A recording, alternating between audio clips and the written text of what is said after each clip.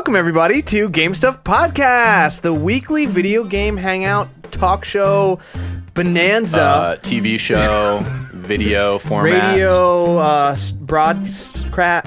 Newspaper. Where two guys who make video games for a living just get together to talk about video Talk games. games, talk shop. We're back, everybody. Back in the studio, We're fucking recording, not live, but like ahead of time. Remember right before I left when I was like, I'll be back. Yeah, dude, I and remember then that everyone part. started and it was quoting really that. badass. Yeah, and it was weird. Yeah, because that was forever ago when you said that. I was like 25, 26, 27 years ago. Do you remember when after you said that, you jumped into lava and then you like stuck your thumb up out of the lava just to let everyone know that you'd still be back? I do remember that because I'm back now. Well, everybody, if you don't know what this is, I just told you. So rewind and listen to it. But I'm your host, Brad Snyder, and this is my fellow host over here, Sean the Ripper Crick. Hey, guys. He's back from a big trip to the East Coast. Big trip. Vacay. Oh, yeah, vacay. They say that? Well, I Right? say that. Do they? I always, whenever I'm asking someone how their vacation was, I feel like I have do you to. go I vacay? have to say vacay. How was the vacay? Yeah. Oh, ew, you're that guy? Yeah. You're the guy that shows up with your sunglasses like, hey, how was the vacay? Well, I don't And your talk to people surfboard in and stuff? person though. I just Slack them. Oh, see, I think So it's it's in okay. text. It's okay if you say it in text. How's the vacay? Yeah. Sometimes I say, hey, bruh, how's the vacay? How's the vacay? Is the vacay? Was So anyway, yeah, I was on vacation. I went back to PA where I grew up. I was actually born in Rochester, New York. So we went up to New York where my mom's side of the family is. So it was a lot of hanging out and getting your basement flooded in Pennsylvania, and then a lot of chilling on a lake and just being generally flooded in New York. And it was super awesome. Yeah, so like it was raining a lot? It was raining a lot. You know that hurricane? Dude, we don't know what rain is in California. I know. It's ridiculous. There's no such thing. It rained like a couple days ago, and I didn't even know it rained. Wait, it rained here? Yeah. I didn't even see Someone it. said, I think it was actually someone who had, like, I was running that day, and I saw them, and then they were like, oh, what about that rain? I was running at the same time, and I didn't even notice it. It probably rained for like 5 seconds, and people freaked out. In They're one like, oh my God, localized it's area, raining. on one block, yeah. Well, Sean, dude, I can say, since we haven't been recording for a while, it's good to have you back, bud. Oh, man. Thanks. Actually, a fellow fan wrote in, Zachary Estrada. He Okay. says, hey, Sean and Brad, side quests are great. I love them, but Sean, hurry up and come back. Fuck! He did say that. Except he didn't say fuck. He censored himself. He did censor said, himself, but we're not going to censor ourselves. Well, Never. Zach, he's fucking back, so I hope you're happy. I'm Jesus. back. Zakari. Sean, tell me, what were you playing Oh, on your vacation? Oh, man. Oh, You think gotcha. I was playing stuff on my vacation? Dude, Here's you had to here's have what I was played. playing. You had to have done something, right? Spike ball. Is that a game? That's the game, right? Where you have a trampoline on the ground and you spike a ball at it, and then the other person has to spike it back. That sounds like a terrible game. It's actually really bad. It's so bad. But they try and market it as if it's like this revolutionary new outdoors Wait, this is game. something that you buy? It's not just something Yeah. you made up in your head? No, This no. sounds like something This was like back when you actually and I there. took a tether ball and we just hit it with sticks at each other. And then got yelled at. and got yelled at? Yeah. It sounds like that kind of an Tetherball's idea. great. Like some Tetherball's the guy had a stupidest game ball ever, on a but it's great. trampoline and he's like, wait a second, this is Yeah. fucking brilliant. Well, I played that. I played tubing. I rode jet skis. I played a lot of running. Oh, jet ski. That's an N64 game, Cornhole. right? Yeah, wave race.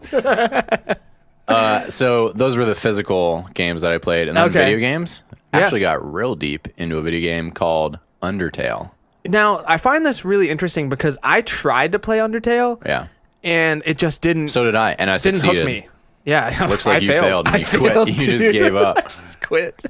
Well, I think I know why you quit, because when I started playing it, after about maybe 20, 30 minutes, which is usually my attention span for games, Yeah. if I'm not grabbed by then, I have to kind of force myself into it. Yeah, and that's never cool. And I think for that first 20 or 30 minutes, you could easily see this game and think, oh, this is just a meme game. This is just like a weird meme flash game that's one person created. That's and kind of it's what not it that is. great. And my biggest problem I thought with it when I started it was it's super ugly. It's like Yeah. disgusting looking. Yeah. I mean, I get that they're going for a very like distinct art style or aesthetic. It's like very simple, but it's simple in a way that I just don't like looking at it. Well, and I think especially compared to the games of today, where you've been playing a lot of Mario and Rabbids, not Yeah. to spoil anything, Well, though you're you've been fucking tweeting about it spoiling for it, like thanks. 5 years. I tweeted about it one time. That's not true at all. Call them out, fans. Call them out. All right. Anyway, I think compared to games like that are just almost perfect in a way, like visually, they've got such a solid art style, and character design is such an advantage for them. Like, You know what Undertale reminds me of visually, now that I'm thinking about it, but uglier still? What? That old Game Boy Color Harry Potter game, the RPG. oh, Do you yeah. remember that? That game was awesome. That game was awesome. That, was game just- was better that than was just the Undertale, in my Sorcerer's opinion. Stone on. Yeah, it's called Yeah, the Sorcerer's Stone. Philosopher's Like, Stone, depending on Philosopher's where you Stone, are in the Sorcerer's world. Stone. Yeah, I never know which one is America, but sorry, I'm drumming on things. Yeah, I agree. And that game was awesome, dude. You had like the frogs. You had the chocolate frogs. That Dude. I forget what they did, but you had them. And you had Harry. And it was awesome. You had Potter Harry. He Yeah, was just in Potter. there, just slinging spells, just like being super ghetto, you know? What a Was he? Is that G. one? Yeah, you played a different game. But I think Yeah, tell me what I you think like it's about worth, Undertale. I think it's worth sticking with Undertale because after you get over the somewhat prickly exterior, you start to That's a good way to describe it. yeah, you start to like it's not super inviting. You start to get into the mechanics, and it's really interesting because every fight has a different mechanic. Yeah. So you only encounter maybe 20 enemies the entire time, and the game's only 3 or 4 hours long. Did you finish it? Yeah. Oh, I didn't know you finished it. Yeah, I finished it. Maybe 3, 4, or 5 hours long. It counts in minutes. Like when I finished, I was like 220 Oh, okay. minutes or It something. would do that. It's like whatever. So indie. But each of those 20 enemies has a different mini game to fight it. So you're like moving your heart around on the screen usually to dodge things when it's attacking you. And when you attack, you're like playing on basically like a golf meter Yeah. to try and get the best strike. So it's Yeah. very interactive. I actually thought that part was pretty fun. Yeah, and it gets way better. It gets awesome. Like they do The a lot of golf really meter cool is things with definitely the a boss. spoiler for another thing I've been playing. Oh, you've Go been on. playing Go on. Everybody's Going? Go on. Go on, though. Okay. Undertale. And the visual is actually kind of you start to get into them more, and the environments get a little more varied. So where you were at, you probably saw a house. You saw like Well, I just got to like where I was in a forest or something, and the skeletons were trying to like find me. so. And I think you got you were probably 45 minutes or an hour into it. yeah, I played it for a while. Yeah, so that's actually a good chunk of the game, but. Past the skeleton part, it just starts going off the rails. Okay. And you go to all these weird places, and they're really weird characters that are trying to kill you, and they're super eccentric. And so you run it. I don't want to spoil anything. Yeah, don't because spoil anything. I now, guess especially now that it's out on Vita and, PS4 and PS4, and everything. which is cool. It opens up to a whole new audience because people loved this game when it came out on PC. Mm-hmm. And were you satisfied with your ending? Did you feel like you liked the ending? So here's what I heard from someone who's obsessed with it. So the first time you play it, you get the neutral ending no matter what. Oh, okay. And then when you play through again, you can get the bad or good endings. Okay. I'm not sure if that's true, but it's funny because you can kill every enemy in the game, which I did. Yeah, or that's you what I did. Or you can like talk your way out. I of started fights. killing them, and I couldn't talk my way out of any fight. I didn't know Really? what was going on. Even like, Frogin or whatever. the first one. Yeah. I feel like maybe I talked my way out of that one. I can't remember, Yeah, but I feel 'cause like some of them after were that, really easy. after that, they were just like it just wasn't happening. Yeah. Well, But and maybe I just needed to be more persistent or something. It's that plus you have to do certain things based on their personality. So Yeah. I didn't do much of it, but I think you usually have like dialogue options, so you can threaten them or Yeah. you can try and befriend them or whatever, and one of those is going to lead you farther down the right And path. every single one of those I tried, they would just get pissed at me. Yeah. And I was like, what? and maybe sometimes you have to like rough them up a little and then take mercy because there's also a mercy mechanic. oh, right. Yeah. But I think you can even pay some of them and stuff like that. So it's just a really zany, out there kind of thing. And the coolest part about the game is that it's constantly playing with your expectations. So, and there are a lot of things that are very custom. I think this game was made in Game Maker, right? I don't think so. I assume think- it was custom, but I don't know, thought maybe. so. I heard somewhere that it was made in some like really simple engine, and I believe that because like visually and Yeah, mechanically, it's you not can that tell by looking complicated. at it. Yeah. But the cool thing is there's so many little custom interactions that just kind of blow your mind a little. Like at one point, there's someone trying to kill you with bombs, and he says, everything in the room explodes, and he's like, even the words, and then those words, even the words, explode out of the text box, and it's like, holy shit, that probably took a lot of work to get that to happen. Like, that's the kind of cool stuff. That's the kind of of cool stuff that Undertale does. I think it's just like it has really fun moments like that. That are interesting. I just couldn't really get. I was playing it, and there's so much going on right now, so I didn't stick with it, but I might go back. Who knows? You should, because it's not long. It's on my Vita, so it's there whenever I want it, which is awesome. It's worth getting in the end, because I think right after the part that you're at, it just starts to go crazy, and the characters get really cool, and you actually feel like a badass when you're fighting the bosses. Yeah. Also, you get a lot more bosses, because you fought like 2 bosses. Yeah. But now they start to get way more difficult. Okay. And I don't know. I liked it. I think it's totally worth the money and totally worth experiencing, just because it's so different. It's not a game that I would ever like give Game of the Year to, which I think a lot of outlets People were like arguing head for over it. heels about it. And I don't necessarily think it's that good, but it is a breath of fresh air, and I think it's important to experience some of especially for indie games. Like, what indie used to be is like the stuff that you couldn't publish, the stuff that Sony or Microsoft or EA wouldn't put money indie games into. kind of used to like always try to push a boundary as far as like doing something really interesting. And now you see a lot of indie games that are just like, it's a puzzle platformer or whatever, and they're all kind of like the same thing. Or it's the mid tier that fell out of the market that is now coming back as like big budget indie games. But Undertale is like, I'm being a fucking indie game, and I am as indie as it gets. And that's what's cool about it. And I really appreciate it for that. So that's what I was mostly playing. Then when I got back, I started playing Just Cause 3, because that was free on PlayStation it's free Plus. on PlayStation Plus. That game is gorgeous. Just the world, like the textures and the characters are a little outdated, and there's pop-in and everything, but over as a whole package, it just looks amazing. When you get to the top of a mountain, Just and Cause just 2 dive. looked amazing. Remember? And they render everything underwater too. It's just there's so much that goes into that world, and it's so fun. Like, they take everything that seems like really generic, basic, Just fun. Cause is exactly a Sean game, because all Sean does is like, if there's an open world game, he just tries to get an airplane, tries to ride it around and crash it into stuff. And like that, Just Cause like was built with that. Like, that was the first thing they thought of. I think when they made that game, they're like, all right, let's give you an airplane. You can jump, you can ride on it, you can jump off. They make you an airplane. You are an airplane. They give you a wingsuit. Now in the first this one mission. they do. Yeah. And it's like the game is just literally like, you showed me yesterday, you were like, dude, look at how you get out of the helicopter. And like how the dude gets out of a helicopter, he's hanging upside down, standing upside down on the helicopter with his grapple hook on the bottom of it. Holding himself and then you're to just the shooting guys on the ground. Like, it's absolutely insane. It's you're like amazing. Spider-Man on the bottom of the fucking helicopter. Anytime you jump out of a vehicle, it explodes.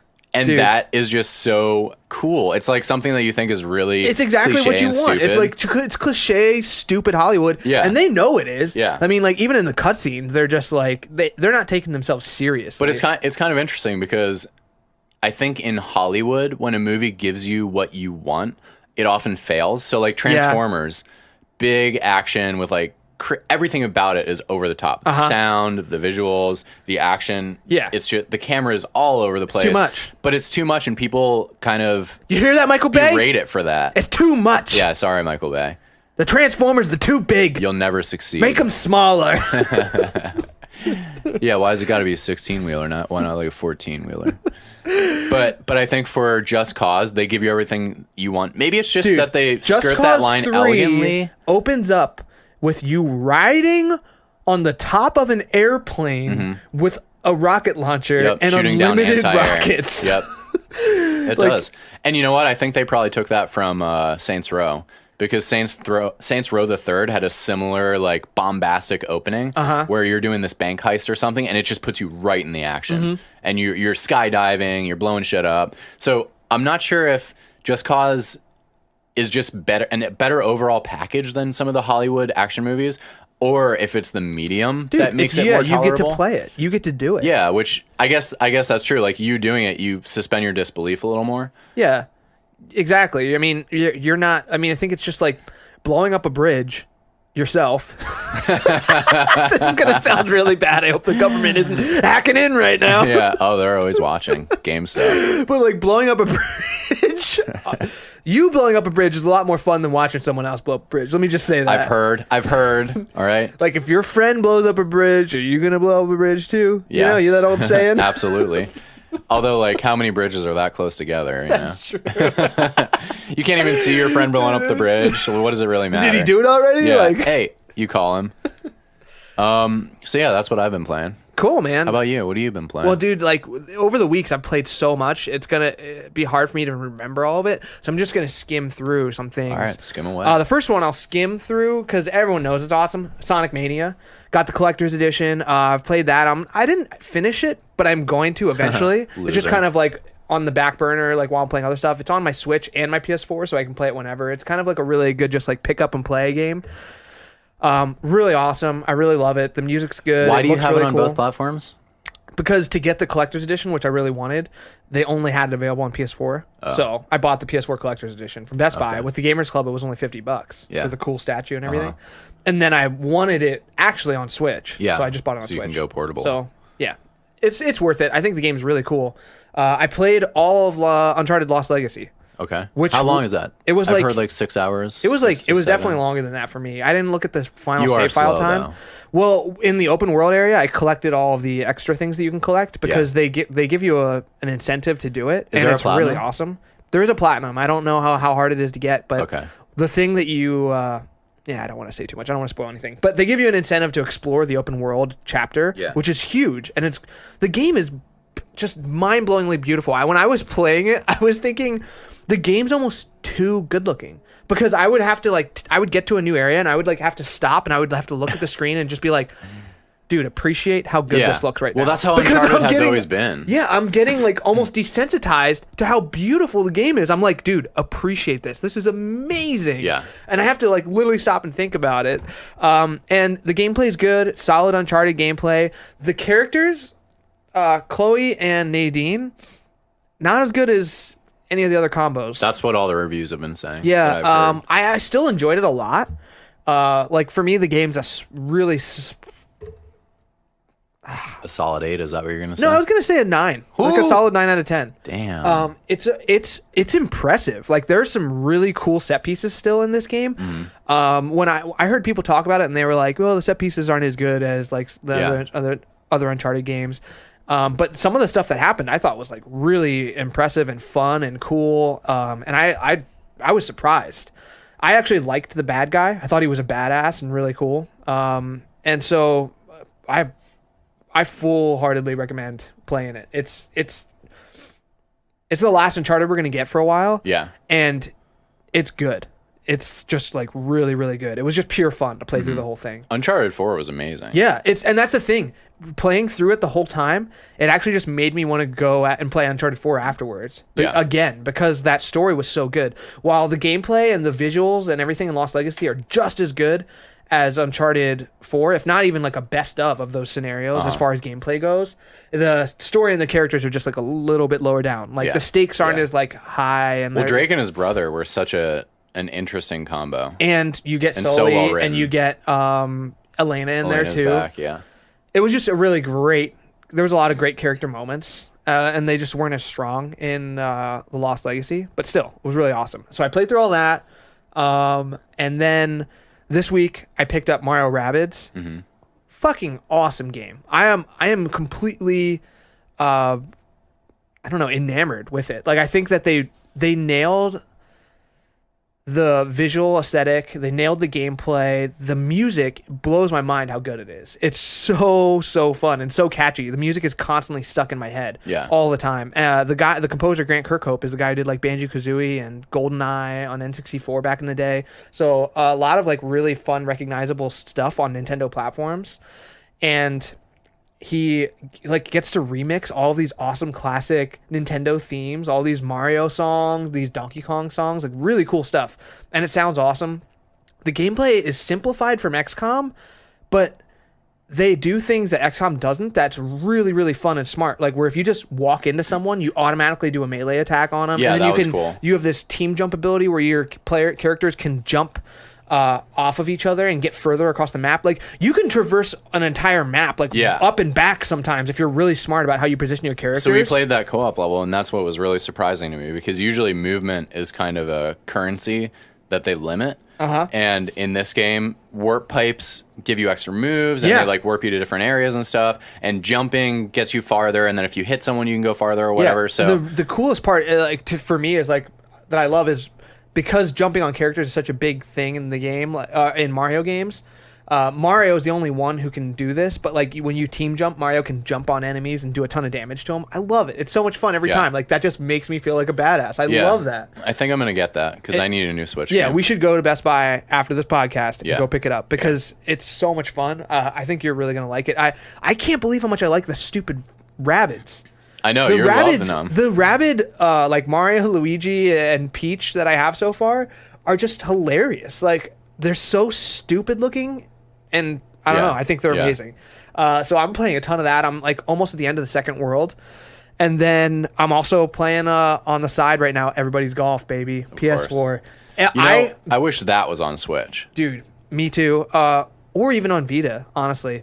Because anything portable. Hot Shots golf games are so much fun when they're like the really, really good ones that give you a lot of reasons to come back and like customize your character and play it. And this game is all that. There's so much stuff to unlock and to get to customize. The only thing that I'm running into that's a little interesting is I don't know how long I need to grind before I get new courses because I've been golfing the same courses a lot right now.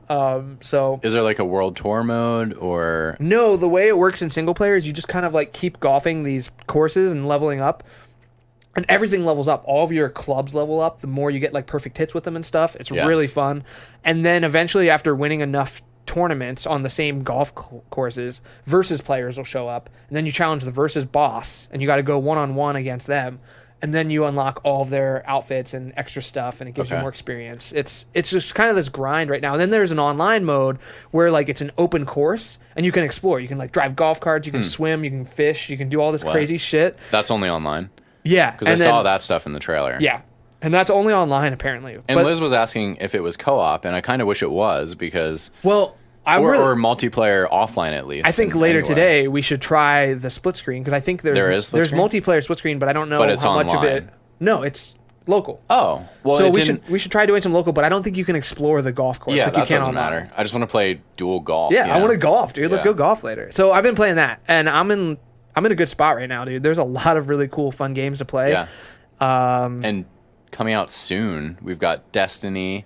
We've got Stardew Valley on the Switch. Hopefully soon. I mean, Mario is a couple months away. Dude, yeah, like a month and a half. Yeah, it's ridiculous. Xenoblade Chronicles. Yep. We got all the big fall releases. It doesn't have a release date officially yet, but they're still saying people this are fall. raving about it. They got to play it at PAX, I think, or somewhere, and all the previews are super positive. Yeah, I'm really amped about that game. Yeah. And then we have like the Assassin's Creed coming out, the Call of Duty's coming out, the Star Wars Battlefront 2. Someone was telling me that South Park supposedly is coming out in December. Duty, oh yeah, maybe. Someone was telling me that the new Call of Duty, which went back to World War II, is bonkers and is like really, really good. Oh really? I haven't heard anything good about it on like Twitter and online right now, but I think that's because my audience is a little too tight fall related. Yeah. Yeah. So. I don't know. All right, awesome. I'm sure it's going to be good. They don't put out bad games. They really don't. They don't. Every single Call of Duty has been very solid. It's like Madden, where like they've got such a good formula. Yeah, and they're giving themselves 3 years now for dev teams. Yeah. I mean, they're doing more than Madden does, that's for sure. But people are looking for reasons to pick it apart a little bit. Well, actually, speaking of Madden came out last week. I almost picked it up because the single player mode is supposedly amazing. Yeah, it's like this really cool single player story mode. Yeah, I heard called Long Shot. The Kind of Funny guys talking about it. Yeah. Yeah, they love it. Or Greg does at least. Yeah, it looked really impressive. I watched like the first 15 minutes of it. Yeah, it was supposed to be like Friday Night Lights or something. Yeah, right? It's got the guy from Friday Night Lights in it. Yeah, so it's actually like this drama-filled story that you're playing through. You're like this guy who played football and then his dad died or something, right? I don't know. I don't know anything about that. Probably. But so it's about you trying to make it in the college. He play for like 3 or 4 years, and then he comes back to try out. Yeah, and he does NFL tryouts. Yeah. Dude, it looks awesome. Yeah. I don't know. I wish you could just buy the single player mode for like half price or something. I would totally do that. Because I think it's only like 5 hours. So I have a little bit of a hard time paying $60 because I know I'm not going to play any other parts of Madden. I'll wait for like 2 months until it's super cheap. Just play it then maybe. That's it for what we've been playing, Sean. Yeah, it is. Let's just get into a quick round of an announcement. Announcements. So a bunch of stuff has been announced over the past couple weeks. We're just going to focus on some things that got announced this week. And we're going to try and move quicker through some of these segments because we want to retool the show a little bit just to give a heads up for all you guys out there. Like, some of you liked our riffing on our crazy, like, you like the side quest. Combining the games and the side quest thing. So we want to try and hopefully add some more zaniness like that into the show fun. regularly. That's super fun. Yeah, it's super fun and it's creative. And so we're just going to try and move faster through some of these announcements and weekly roundups things. I know you say we want to move fast, but I feel like we've got to talk about your casing here with the titles. Shovel Knight King of Cards, capital S, capital H, oval. And then you got it right, and then you got it right. Yeah, I got the rest of it right. O, capital F. Oh my God. It's He's like, reading out. What is even going on? Reading out the text. I'm just saying, you've got two capitals out of place in one title. Where will it end? If I don't put my foot down, where will it end, Brad? Well, Sean, Shovel Knight King of Cards has been confirmed for 2018. Fine, I guess the year 2018, man. I guess they're going to continue making Shovel Knight for like another decade. No, this is it. Yeah, right. Yeah, so this is the final campaign for Shovel Knight. Dude, they're saying King of Cards will arrive. Yacht Club? Yeah. How are they going to get all their yachts if they don't keep putting out Shovel Knight games? They already got enough yachts from Shovel Knight. They probably do. They definitely do. King of Cards will arrive in early 2018 and features 4 new worlds and 30 new courses, which is crazy. 30 brand new levels for this. King of Cards is a prequel that will tell the story of how King Knight ascended to the throne. It will also feature a new mode with card battles.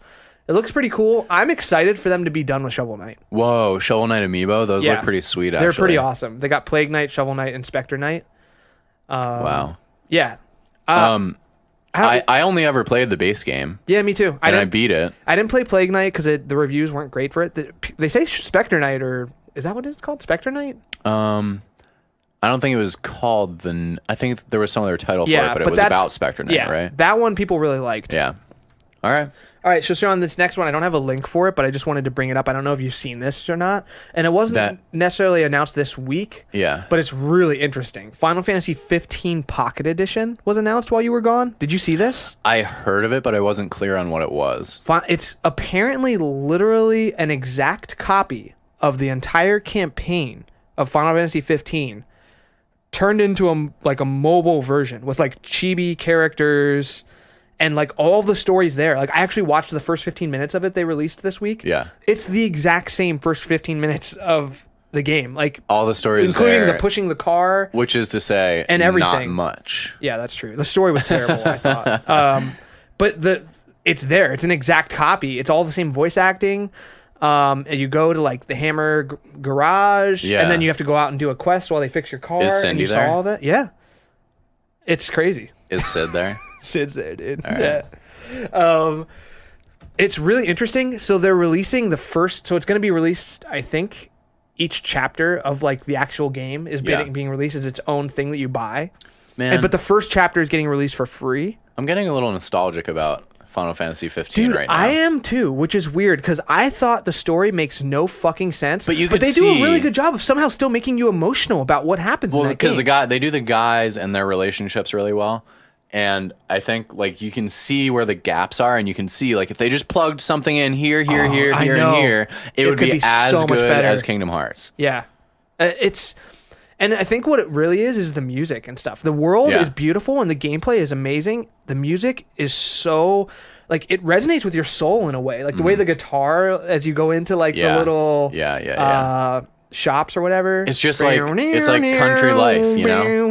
They're just living their lives. And this crazy shit is happening all around them. Yeah, man, the game could have been so much better than it was. I still enjoyed it, but it was good. It was a solid game, but it was so frustrating because it could have been so much more. It could have been the best Final Fantasy ever. Oh yeah, for sure. And they could still make it that. They could just they're still working on it. Apparently, working on it. If they could smooth out what they currently have, like man, it would be so awesome. Yeah. But where it's at right now, like I think now that it's cheap, it's totally worth playing. But it's actually hard to recommend among all the other great games that are about to come out. Yeah. I think what's really frustrating too is they did a lot of work in setting up those characters in that world where they had like the movie and the anime, and we were getting so amped. We watched all of it. Yeah. So we watched the anime. The anime was cool. The anime was good. The anime was really interesting. It did this great job of setting up like these human characters. Like they had lived regular lives. Like you saw them go to school and trip over shit and like get embarrassed and do dumb stuff. And then you saw like Noctis and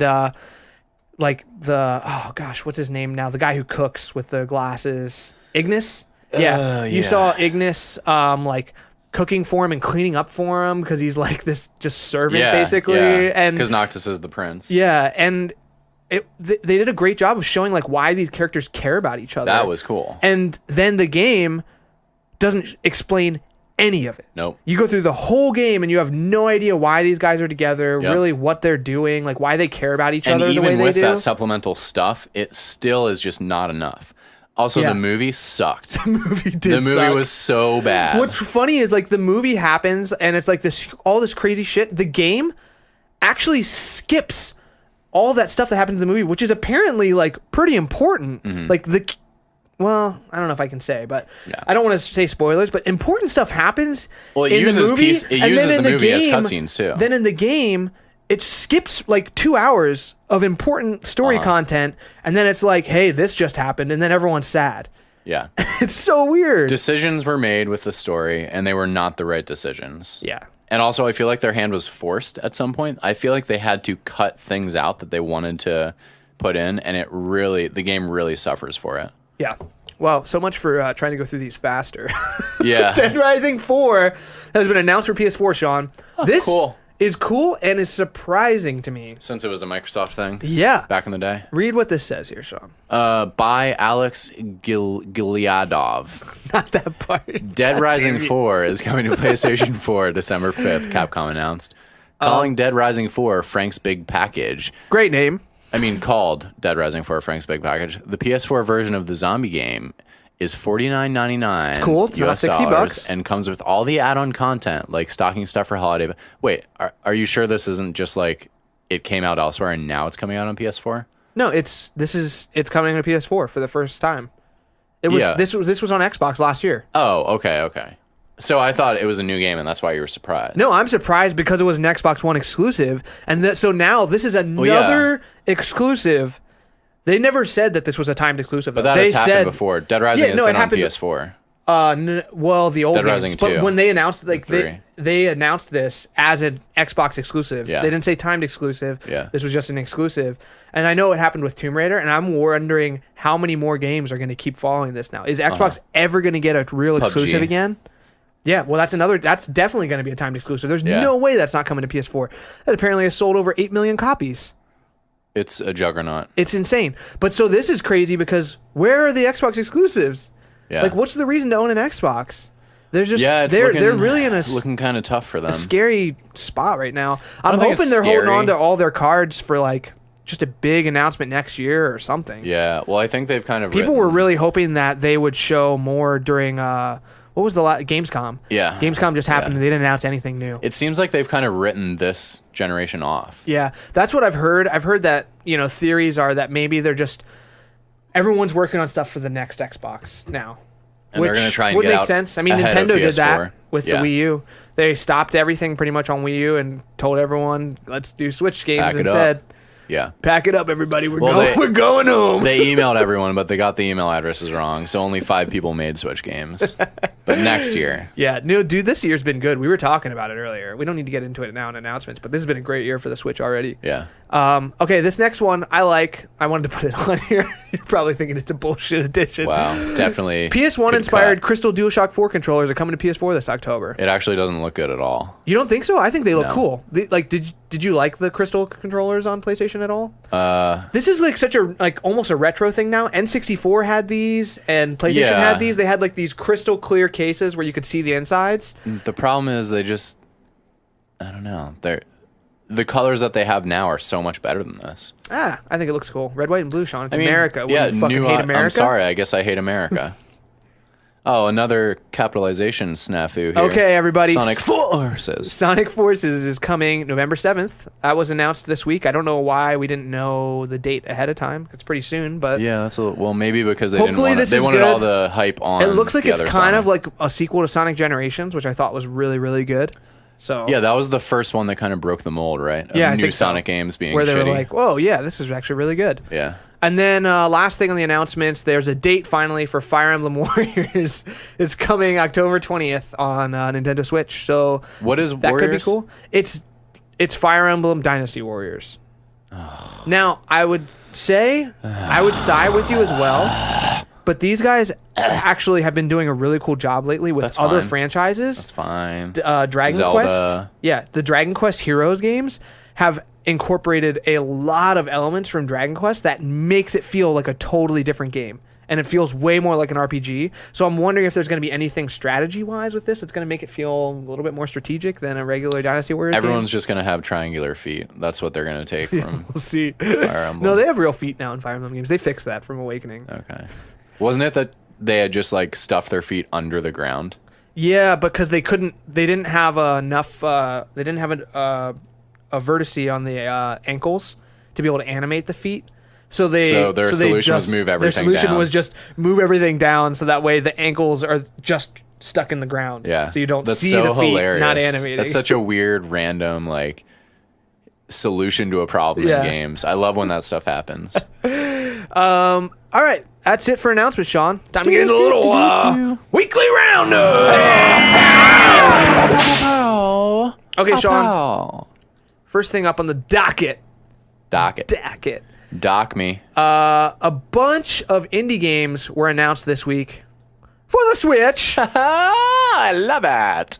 Yeah, I saw these. Did you? I did. Okay. Well, let's just. Didn't you believe me? I did not. For some reason. Did you? Did you really see lying? Okay, so this one's. Let's just run through. Yeah, let's these run through them quick. real quick. Super Meat Boy Forever. Seems cool. I'm not into it. I hate the aesthetic of the first Meat Boy. This one looked better to me. It looked more colorful and less gross. Yeah, for me, it's not about the aesthetic. It's about the game itself. It just couldn't hold my attention for that long. Well, and it looks like this one has punching in it too, which the first one didn't. The first one was just jumping. Yeah. So maybe it'll make it more better. It sounds like we're talking about the first games ever developed. Yeah, the first one was just jumping. Now you can punch.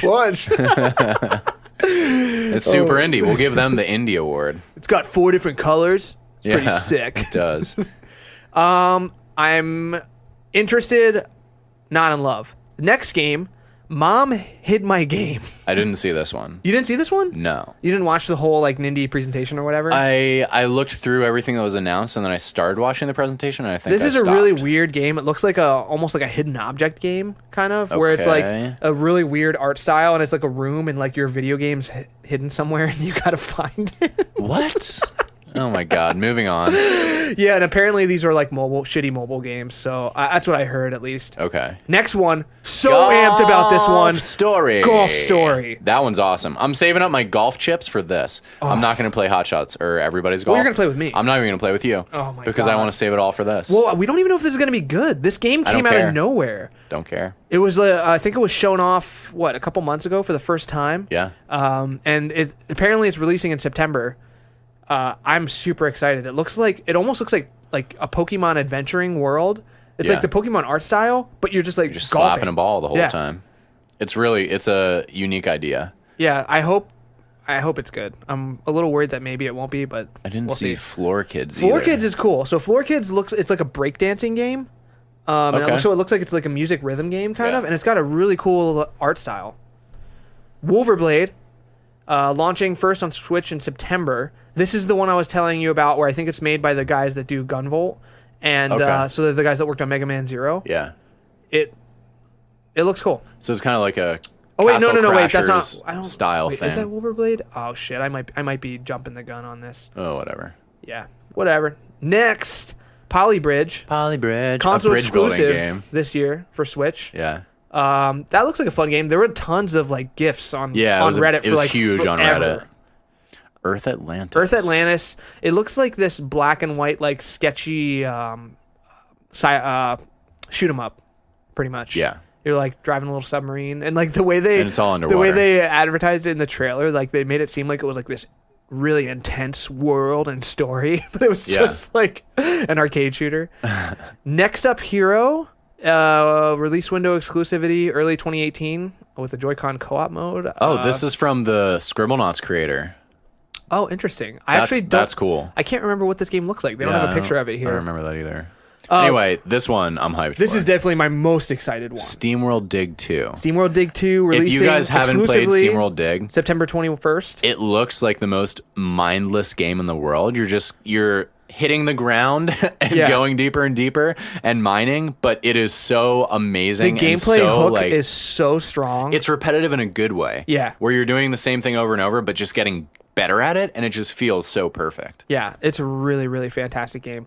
Mulaka, this game looked interesting. Release window exclusivity, early 2018 with exclusive features and functionality.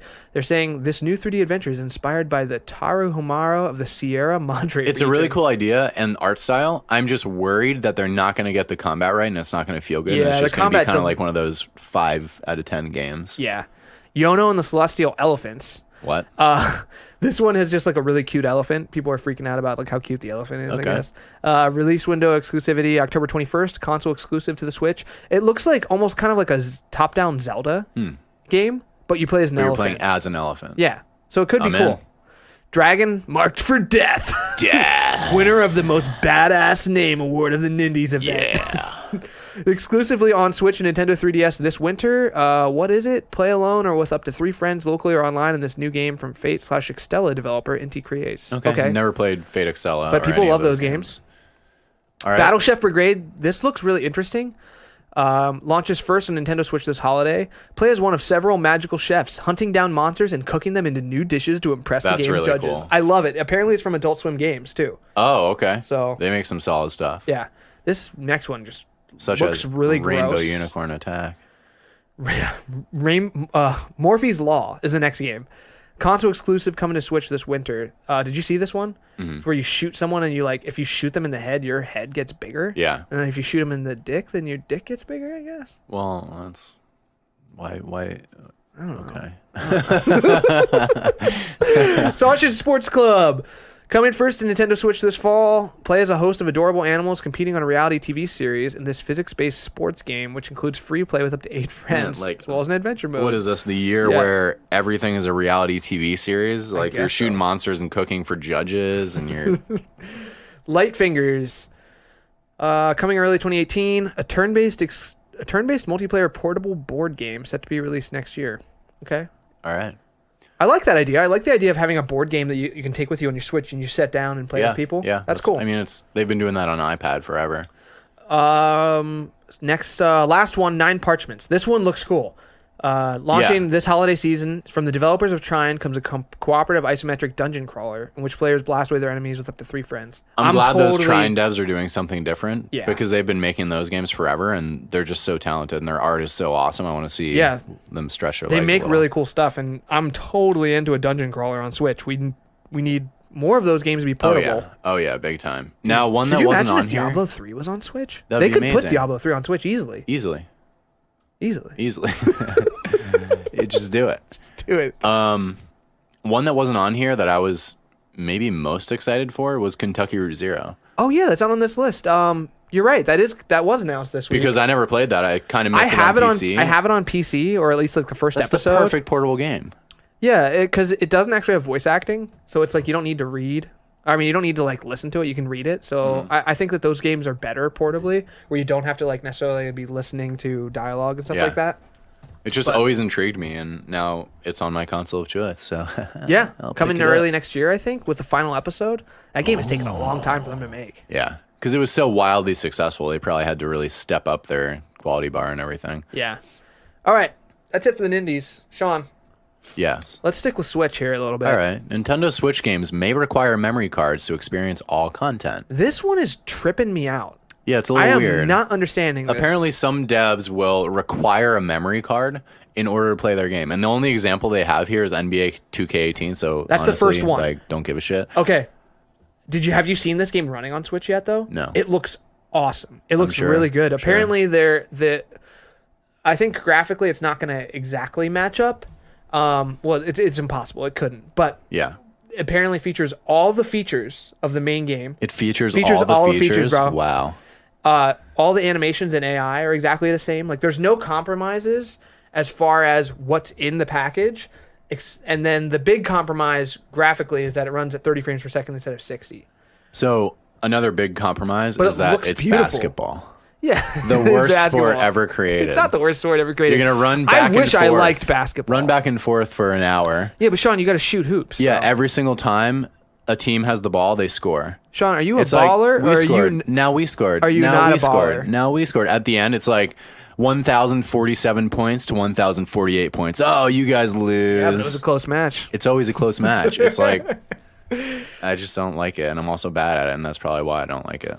So, should we read any more of this? Because I feel like it's really... I feel like we should discuss this a little bit, because I don't really understand what's going on here. Well, then how are we going to discuss it? Like, do you think that they're forcing you to have space on an SD card because they don't want to pay for more expensive, like, Switch card? Maybe. Is that what's going on? Because it is significantly more expensive to put a game on a Nintendo Switch cartridge than it is a Blu-ray disc. Yeah. So, and the games are big. So NBA 2K18, if they're using the full character models and stuff that they're using in the PS4 games, like, PS4 game is going to be like 50 or 60 gigs. And obviously, if they had to use whatever the proprietary Switch cartridge is, I'm sure that would be expensive. Now, why? But like, or so the thing that doesn't make sense is why games to do this, and then in Switch doesn't come with a lot of memory. But it has memory, so why would they require you to use an SD card instead of just the onboard memory? I don't get that either. We'll have to wait for this one to pan out. I don't know if they've clarified that. I mean, this is Nintendo saying it, and they're partnering with SanDisk to make custom Switch SD cards, which is funny because they're probably just going to be more expensive. Yeah, they won't be cheaper. They say Nintendo. Oh, I just saw that. Oh man, what was it? There's an SD card. I think SanDisk has an SD card now. 400 that's like gigabytes. 400 some gigs. Yep, you can't order it. I think they're sold out. It's $250 too. It's not bad. That's like how much a 64 gig one on on Vita was. Costs. Yeah. And on PSP. Remember the 256 megabyte ones on PSP? Dude. And those were like $20? Yeah, that was nuts. Oh my god. The old days. I'm really kind of put off by this. Like, this is just another one of those the Switch came out too soon things, like, for them to be able to figure this stuff out. And hopefully, maybe to offset this, Nintendo will start releasing Switches with memory cards. Yeah. That'd be a nice thing if they're going to force you. Because what they said, too, another thing to clarify with this is that you'll be able to access at least some of the game's content even if you don't have an SD card. So I don't know what that means. It's like you'll get to access like a couple modes, and then if you don't have the SD card, you get those, and then until you get an SD card, you can't play the rest of the game. It makes no sense at all. Yeah, I really do think it's because developers will be losing money if they pay for the more expensive cartridges. Yeah, so it's up to Nintendo to figure that shit out. Like, this should be this is an option, but it should be the last option on the list before a million other options to solve this problem. Like, before they pass this problem onto their players, they should be going to the manufacturers and working out better deals. Yeah. They should be doing some R&D to make this cheaper themselves if they can't work with manufacturers. Like, they need to take that cost on and make this a holistic experience for players. It actually, like, really frustrates me when companies do this.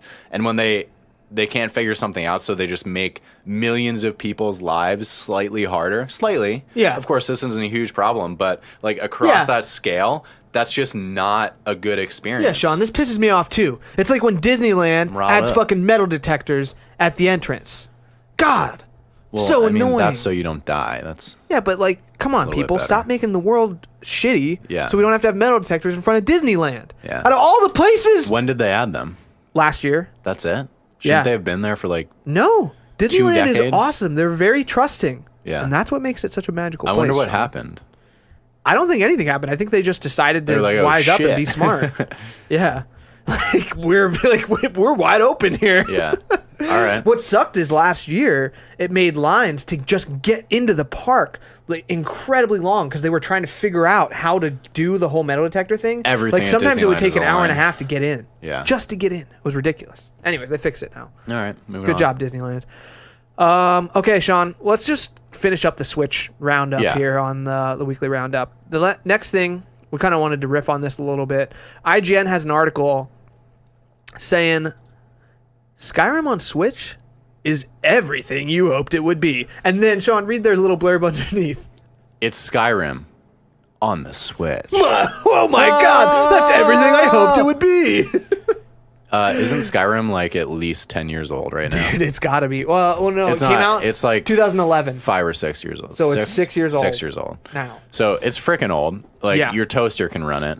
I'm not that surprised that the Switch can run it. Internet joke everyone uses, Sean. Good one. You're the one who just got a new toaster. I did just buy a new toaster for the apartment, and the toaster can run Switch. Fuck Skyrim. God damn it. Your toaster is just 4 switches. Just heating up bread. I'm gonna toast your Switch. See how it tastes. It could probably fit in the new toaster because that toaster is huge. It has wide toast bays. It does. Is that what they're called? Yeah, toast bays. Anyway, Skyrim is amazing, and I never finished it. It's one of those games where, as I get older, my approach to open world games has evolved.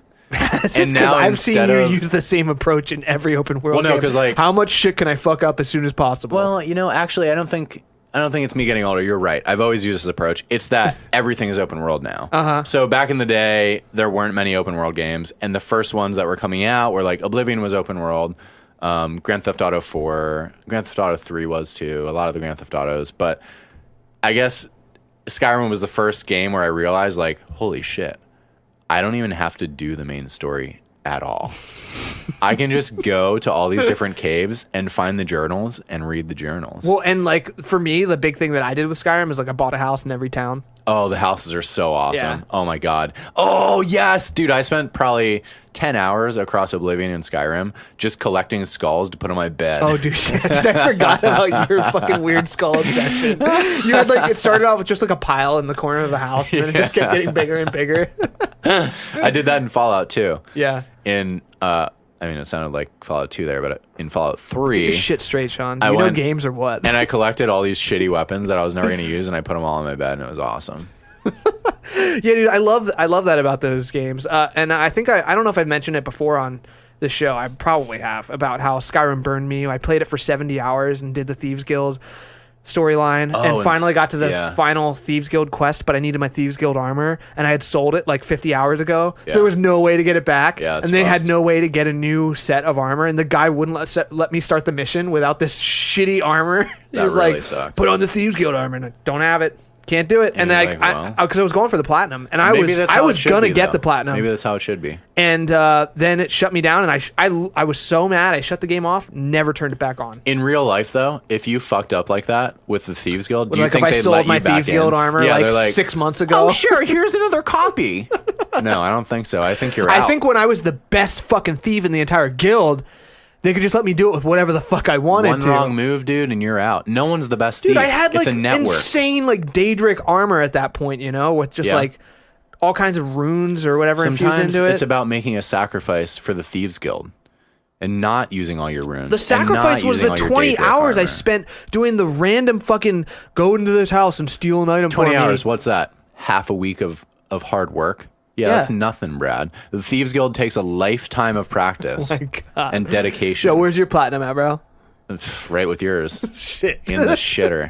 So now we're going to play Skyrim on Switch, and we're not going to get any trophies at all. No. God, how bad do you want Nintendo to add an achievement system to the Switch? Because I really want it. I feel like if there's an achievement system on the Switch, it's going to make playing all those games that much more rewarding to me. Because I really do hate... I hate that it's there. It's like the lingering trophy horror inside of me is there. Like, I'm not obsessed with it, but I will choose to play a game on the PS4 or Vita over playing it on the Switch. I've broken that completely, which I used to be as big a trophy whore as you, and I don't even feel the pull anymore. No pull at all? No. Like, not even like when I'm in my room and I play a game, then a trophy ping sounds. Well, I always say fuck you. Yeah, because like I hear you yelling from the living room. But I'm not attached to it, Yeah, of course. Because the problem is I don't want to split my trophies. I don't want to have trophies on PS4 and then trophies on Switch and then stupid Steam achievements. I know. I don't give a shit about Steam achievements. But I would care about Nintendo achievements. Especially if they could do something cool where they tie it into their rewards. They already used that for something. Nindies. Oh, that's a great idea. If they tied it into their like rewards program or something, their Nintendo You mean the Power Up worst rewards program on it's the face better of the than earth? what PlayStation has. PlayStation ain't got jack shit. Well, have you ever redeemed a reward? I have actually. Really? Yeah. What was it, like a Mario napkin? It's all the stupidest shit. Once in a while, though, like once every 5 years, they'll have something really cool. They actually, it's like a 3DS what they case do, or like, something. Back in the day, the rewards used to be better. But what I saw recently, and I haven't redeemed something recently, but I have a shit ton of points. Yeah, I have a lot of points. Is I think they have like discounts on games that you can use your points on now. Yeah. Certain games will show up and there'll be a discount and you can use your points. Oh, but it's not just any game. It's like here's Bratz World Stage. No, not that World bad. Is a Like I think Stage. they're usually like Nintendo games, but Bratz it's like 2. all 3DS stuff, and it's like, well, I don't want to play my fucking 3DS anymore. I'm gonna play my 3DS for Metroid. Oh wait, when does that come out? Is it out now? 2 weeks, I think. You're gonna play that? It's coming out soon. Well, We'll see reviews. If it's not an 8 or above, I'm not playing it. Okay. Because I don't have time for that. Yeah, ain't got no time for that. Ain't got no time. Speaking of time, we're trying to move a little faster. Yeah, let's go. All right. Move fast. Next up, this one's exciting to me. I loved the first game.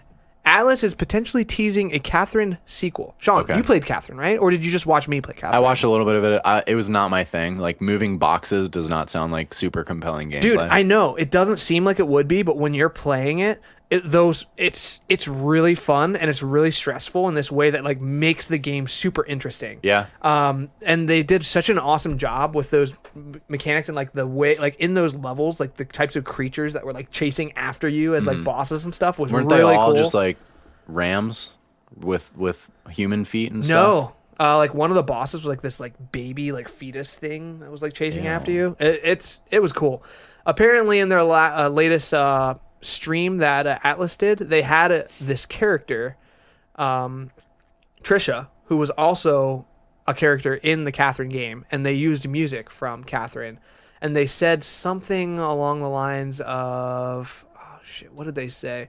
Oh, they said that Trisha asked Atlas when she'll get another turn in the spotlight, and subsequently responds with excitement about the next job, which could very well be a tease that Catherine 2 is coming. I mean, it has to be. Why else would that be a thing? I don't know. It could be a remake of Catherine on PS4, like just a re-release. Which would still be cool. I would still play the next it. thing. It's the story. The wording is so The Catherine specific. story is really, really cool. It's really awesome. It's a unique, interesting story that like I feel like games don't really tackle. It's based. Cool. It's literally like a guy cheats on his girlfriend and like the repercussions of that. And every night when he goes to sleep, he has these crazy nightmares, and that's what you're playing. The nightmares are you doing these crazy puzzle boxes to try and escape whatever is chasing after you.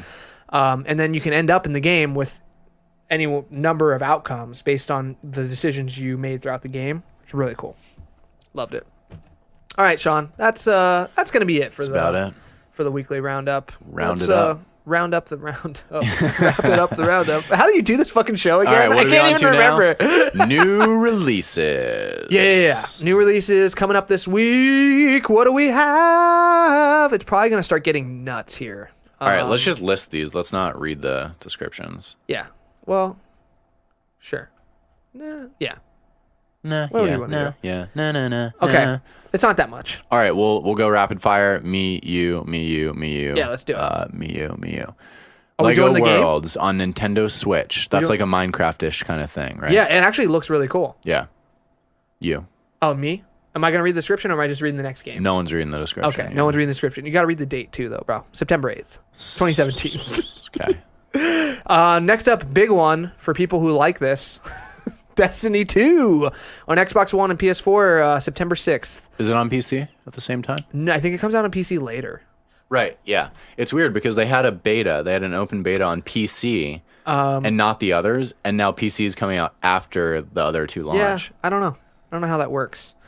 Next up, Sean. Probably just because they're developing first on PC. Holy shit, this comes out this week? Okay, I get to read it next. Oh, you do yours. You do yours. Oh, God. Oh, I don't even... All right. Well, mine is Monster Hunter Stories on Nintendo 3DS, September 8th. And the next game... Oh, my God. As excited as Brad is so bad. Oh, you don't even know. There's no reviews yet. I know, but the first one was so bad. Neck 2, baby! Oh, my gosh. I am so excited about this game. I played through the whole thing with our boy Jared. Yeah. And we are going to fire this up this week. We're going to do NAC 2 co-op. It's going to be awesome. I can't wait to play through this whole game. The first game wasn't great, but I had a lot of fun playing it. Wasn't. Jared and I made it fun. Well, other things made it fun too. Yeah. Like certain substances, I think, made it a lot more fun than it actually was. Moving on, Sean. Neuro Voider on Nintendo Switch, September 7th, 2017. Now, this one is something you probably haven't heard of. This is a twin-stick shooter RPG set in a cyber-futuristic world about brains shooting around evil robots. So, brains shooting around I mean, that sounds pretty cool. So, why are they shooting around the evil robots? I don't know. It feels like you should shoot at them. the evil robots? Brains are dumb, man. Brains are really dumb. All right, Double Dragon 4 on Nintendo Switch. This game reviewed terribly. This Not game got surprising. like 2s and 3s and shit. That gameplay doesn't hold up. September 7th, 2017. I wouldn't, unless they did something drastic to I would retool say this for far Switch. away from this one. Yeah, just Don't fucking touch get it with a 10-foot pole. All right, Sean, you're gonna love this next one. Tuhu Kabuto V. It's Tuhu Kabuto 5 Burst Battle on Nintendo Switch, I thought it September was 5th, versus 2017. Now, guys, you know what this is, so I'm not going to read the description. I'll read it for you. Next. Tuho Kabuto V Burst Battle is a bullet hell battle game that takes place in the Toho universe. Your favorite. Wait, it's Tuhu, but it takes place in the Toho universe? Yeah, What's going on here? Whatever. How the fuck you say this? All right. Anything else that matters? These don't even have a picture. If they have the gall. To not have a picture, we don't do it. Yeah, to put their game up without an image. I'm going to do the last one. All right. Beat the game. September 7th. Guess what that's coming out on? The game on Linux. Yeah. Beat the game is the a most popular point-and-click game console. music adventure OS that combines in the handcrafted world. characters and environments with 3D. Oh my god. A lot of people like playing on Linux because Yeah. they like developing on Linux and they don't want to like switch over to Windows, which they obviously also have. Yeah. So you have to. Yeah. All right. So Sean, this week we're gonna reintroduce. So what, Brad? So what? This is what? What so? Tell me. Let me tell you. Tell me. Like I was foreshadowing earlier by Yeah. telling you about it. Yeah. We're going to try to He doesn't do a quite main have this topic of the week foreshadowing where thing we down yet. maybe just do Forgive him, something a little please. bit weird and silly. And so the main topic of this week, we're reintroducing. Well, don't hype it up too main much. topic of the week. A game came out this week called Mario Cross Rabbids. No, that's not what it's called.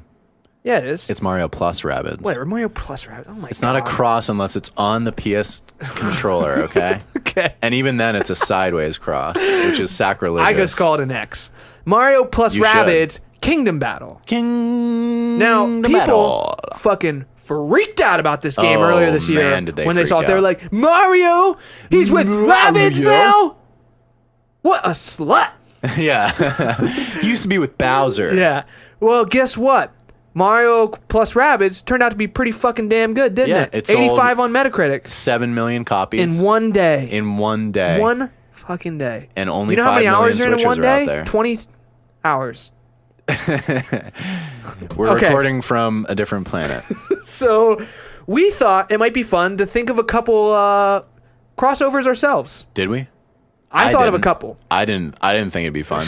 You kind of like thought about this when I was gone, and then you were like, "We're doing this." And I was like, "Oh, that sounds stupid," but I'll do it anyway. Well, let me tell you what. And Sean mine will didn't be fucking better think than of any yours. ideas. Yeah, I'm doing it off the cuff. Okay, well, no. I'm saying you didn't think of any other ideas besides Mario Plus. Right? Oh, You're I could "Yo, think of an we idea should right brainstorm now." of some ideas to do for the fucking could show. think- And did you brainstorm? No, you know what I said? I said, "All right, let's set aside some time this week, one night, and brainstorm. Have a And guess brainstorming what? session." You went Guess to bed what? at 9:30 Guess every what? night. You come in and wake me up. All right. Okay, so our idea is to take Mario or to take Rabbids, Your just idea. cross them over with something. Anything, not even just games. Uh-huh. Anything. So if you're playing along with us, we want to encourage you to write in to the show, gamestuffpodcast@gmail.com. Write in with some of your Mario plus Rabbids crossover ideas. Yeah. We'll see what you got. We'll read them live on the air during the reader mail segment. Yeah. we Reader will. mail train. And if we don't get any responses, we're just gonna forget and act like it never happened. Yeah, and exactly, It'll be and that'll really be fine. awkward. So By fine, I I'll mean start not awkward. Oh, you're gonna start? because I've got one that's really simple. Okay. Mario plus Minions, and it'll just be the exact same game, but with minions. God, that's actually brilliant. Mario plus Minions. Okay, like, and it's just the same game. It's like It's the same exact thing. You just put the minions in like the wig for Peach. Dude, I think you could like literally just do exactly that. Like you could just take the model and replace it and put it there. The animation because would the still sounds, work. yeah, the animations would work, and the sounds the Rabbids make identical to Minions. I mean, I think Minions are just a rip off of Rabbids, like big time. But so you'd have to change the story, obviously, to be based on bananas. That's the main goal. Well, there's actually a fair amount of bananas. Really? They already have bananas? Yeah, they already have bananas. Okay, so change nothing, and we're good. You don't need to change anything. Good. You're okay, up. next one. My first one. Kanye cross Rabbids. Why cross Rabbids? Because what I was thinking is the Rabbids make a lot of like crazy, wacky sounds. Ooh. And I was thinking, to make me take the toys out. Like, yeah, so that's what I thought is it's a rap album. Like his next album is sampling Rabbids. Ooh, that could be sweet. Yeah. Oh, I see. You're going way. Yeah, off dude, the rails I'm here. opening. Yeah, just anything. Holy shit. Anything. Okay. So yeah, so Kanye cross Rabbids. His next thing, he's just going nuts. He's just like tweeting pictures of Rabbids all the time, and Kanye wears a Rabbid outfit. That would be sweet. But he's like a black Rabbid. Well, why has he got to be a black Rabbid? Well, I'm just saying that's what twists it up. Are there all white Rabbids? I don't think there's a single not white Rabbid. That's kind of fucked up. Actually, I know, it's pretty racist. Yeah. Well, I don't know. You're on notice. I'm in the Nintendo. second. I'm in the. Yeah, we're watching you.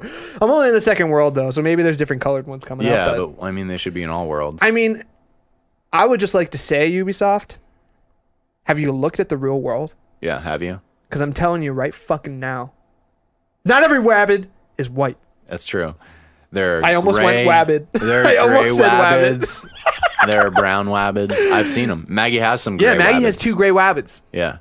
All right. Dude, when I was in New York, Oh, okay, go on. I was walking down this path near the lake, and I looked over into someone's there was yard, a path there? and there were like 20 rabbits in one yard. They all Was Mario there? They all just perked their ear up, and they looked at me, their ears, and Yeah. they looked at me, and I was just like, "What the fuck is going on?" Do you think I they thought were going to gonna attack you? Oh my god, they were going to come at you. Their little beady red eyes, and their Well, I'll tell you what, gnashing these red rabbits that teeth. I've been fighting lately are pretty feisty. Yeah, it was kind of horrifying. I was gonna go back and take a picture, but then I didn't want to. Next but up, anyway, Sean. next up, I'm gonna What's say your next crossover idea? I'm trying to think of what format I want it to take, but for now, we're gonna say it's the next game from the storied series named Jurassic Park. Jurassic Park plus Rabbids. And the theme of the game is, since Rabbids are so fucking annoying, you're just going around eating as many as you can as different velociraptors and T-Rexes and other dinosaurs. Okay. And it's like, how much carnage can you cause? And the rabbits aren't even like really changing shapes. They're just like acting like different dinosaurs, and like one. Like, No, they're not even. No, they're just rabbits. They're just rabbits. They're just acting like naked dinosaurs. Rabbits running away. It's like, you know how there are a billion wait. troops. Oh wait, hold up. So you're saying the dinosaurs are eating the rabbits? Yeah. Oh, Yeah. Ooh, this got dark real quick. Yeah, it's like so they're feeding on rabbits. they're feeding on rabbits. Does anything happen to the dinosaurs when they eat rabbits? Like, do they get crazy and wacky too? I think it's. Like, do they morph? Yeah, there are special rabbits that give you abilities. Okay, and some good. of them are bad. So you want to avoid some Right, you wanna rabbits. stay away like, from the poison they give you ones that'll, like, make you indigestion, and then retarded. you fart and stuff. Oh, But you never want to fart as a dinosaur. have you ever seen a dino fart? I haven't. Yeah, the closest we got It's was probably that terrifying. Triceratops. Like, anyone who's ever seen a dino fart is probably dead. Yeah. That's probably safe to say. That okay. Next up, I'm gonna skip to a future one because Okay. So this one, What do you mean? this isn't so as wacky as much as I feel like it would just be pretty kick ass. Okay. After playing Mario and Rabbids, I'm thinking. Well, now I can't decide what format I want it to take. I know, Whether I want it it's to be a tough. game Movie, or something else. Play. It could be a go either way. It could be game. Could be. You know what? Let's go back. Erase the past. We're gonna take the original format. What are you of doing it with was. time right now? I'm traveling back. Mario plus Harry Potter. Bitches. Wow. Now, You can't just throw bitches in there and expect it to be better. Mario, Harry Potter, and the Sorcerer's Stone. We're going right back. It's a book first. What? What? And then it gets turned into a game eventually. Okay. So the game is you're in the Harry Potter world with Mario and the whole crew, and now they have magic. Mario and the crew has magic. Yeah. Is it just fireballs? No, they got other stuff. They have wands. They're using wands, like the same way they use guns in Mario Cross Rabbids. So it's like a Mario Cross Rabbids game, but Harry Potter's in there too because he's cool. I like Harry Potter. So are you replacing characters with the Mario characters, or are they just in addition? We could do that. We could do like Hermione as who just would be Peach. The evil ones? No, because that would be weird then. Then Ron hooks up with Peach. Yeah. Well, you could replace Ron too, you know. Make Ron Wario. I think Peach has a thing for Wario. No way. Yeah. Peach, you think You've Peach seen and Wario? The way she looks at him. Well, have you seen his mustache, by the way? Oh, they've hooked up. Yeah. But I just don't think she's into him anymore. No, I think because Wario's kind of let himself go. Like Wario used to be like mostly just jacked. Now he's kind of just old and like he cultivates overweight. that. He cultivates that. Like he's got the body of just like an Olympic cannonball. Strong ball. It's a little known diving event. I don't think we would replace characters. I think they're just like they're teaming up and they're buddies. Like what happens is Harry Potter's fighting Voldemort, and like when they're fighting each other and they're doing their Dragon Ball Z bullshit where they like match their wands and they blast each other at the same time, it opens up a rift. They're teleported into the Mushroom Kingdom. Oh, so it's taking place in the Mushroom Kingdom, and the castle is Hogwarts now. Yeah. But it's tiny. Exactly. It's warped, so tiny. No, it's warped all of Hogwarts into the Mushroom Kingdom. Oh, okay. And so Bowser's there too. Okay. Bowser's trying to get in the castle. He's like fucking up Dumbledore. That could be cool. That could be... Whoa. Dumbledore's already been fucked up enough, okay? Spoilers. Yeah, anyways. All Mario plus Harry Potter. Okay. I like it. I like how just completely different those worlds are. And you also have an origin story where they're clashing wands and like they get pulled in. Exactly. Also, that movie was on when I was back home, and I saw the wand clashing scene, and I was like, where the fuck did that come from? Dragon Ball Who Z. decided that two people clashing energy was interesting in any way? I don't know. Because and it's it just never them, like, is. And it's watching like, each other like, oh, it's creeping over the blue side. Now it's creeping over the red side. But guess what? I just thought about my mom, so now it's stronger. Yeah. Voldemort forgot about his mom, so he dies. Okay, so this next one is going to be really simple, but I think really effective. I thought your first one was so simple and yet perfect. Yeah. So I think this is on that level of effectiveness. I'm going to say Rabbids plus Shakespeare. Oh, and they're actually doing the acting plays. Out the plays. Yeah, on stage. They're going to be on Broadway. So hold up, but they have their vocabulary. Are we traveling back in time? No. Can we go back in time? Did Shakespeare write these plays for Rabbids? I don't think we need to go back in time, but it would be cool to go back in time just to see them all get executed because they're so bad at the play. But the goal here is I want them to have to like struggle through the entire thing with their limited vocabulary of mostly grunts and weird noises. But it still conveys meaning. I want people to cry at the end. Oh, okay. Are they crying because the rabbits are getting executed? Well, that's the backup strategy, but hopefully... Okay, hopefully it doesn't come down to that. Maybe that's what it is. Like, if the audience cries, they get to live. Oh. If they get a standing ovation or the audience cries, 50% of the audience cries, they get to live. Otherwise, off with their heads, wherever their heads are. Yeah. Like, where does their head stop they don't have a and neck. their body start? Yeah, that's tough. That's what makes them so hard to kill. Yeah. So you go now, because I have to think of another one. Okay. So my next... Well, okay. My next one is... It's timely. Okay. Stephen King's It. Ooh. Plus Rabbids. Wow. So there's this really tense scene. Yeah, like the kids are flipping through the slideshow. Yeah, the kids are flipping and through the a rabbit just runs through. Or no, it shows up on the screen. Like the rabbit like knocks over the projector, like just like runs. Breaking everything. And the clown room. is like still in the slideshow, like, what the fuck, man? Like that's when I was gonna get him. Come on, I was gonna get him. Like, yeah, exactly. The kid's like waiting at the sewer entrance, and the clown's there like talking to him, like, Billy, come down into the sewer. Yeah. And some rabbit just like also is like riding in one of those paper boats and like bumps the kid and like knocks him into the screen. That's how the clown gets him.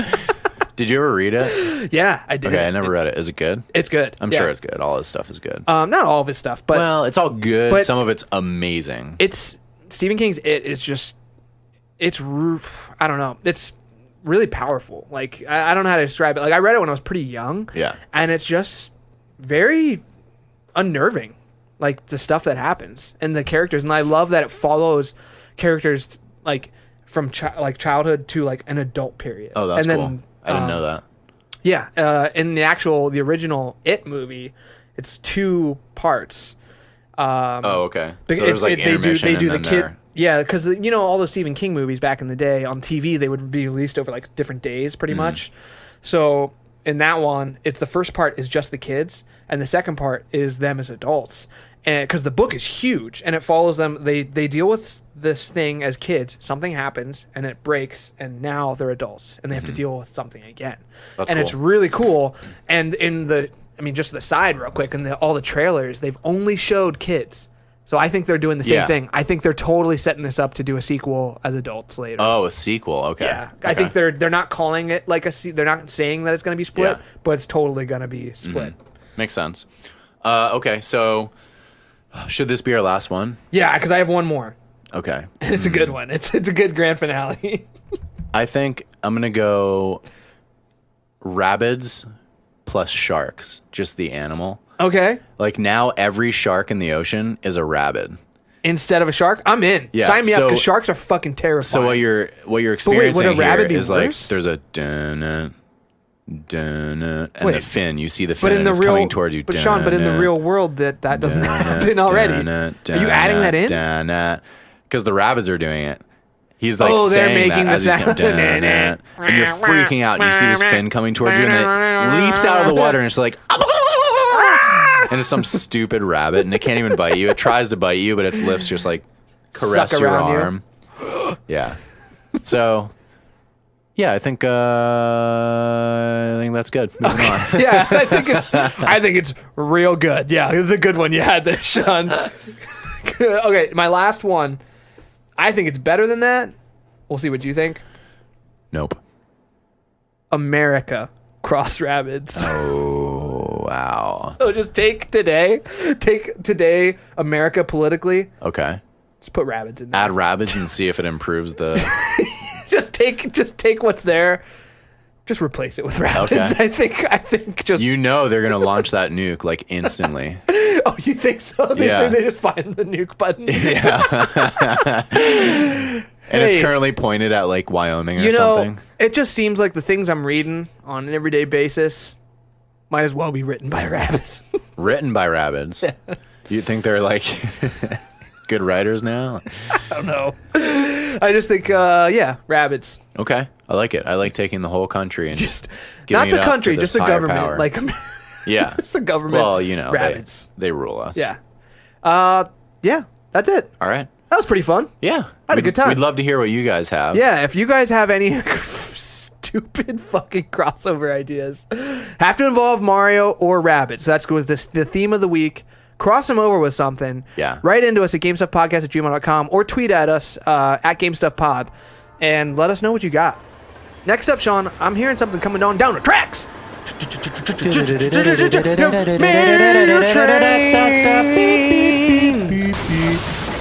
Okay.